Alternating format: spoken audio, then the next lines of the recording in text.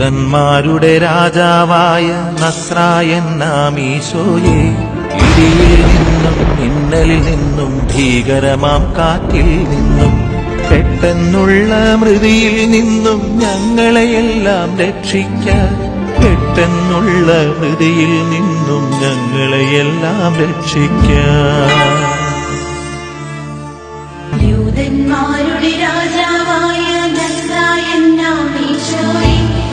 ഇടിയിൽ നിന്നും മിന്നലിൽ നിന്നും ഭീകരമാം കാറ്റിൽ നിന്നും പെട്ടെന്നുള്ള മൃതിയിൽ നിന്നും ഞങ്ങളെയെല്ലാം രക്ഷിക്കാം, പെട്ടെന്നുള്ള മൃതിയിൽ നിന്നും ഞങ്ങളെയെല്ലാം രക്ഷിക്കാം.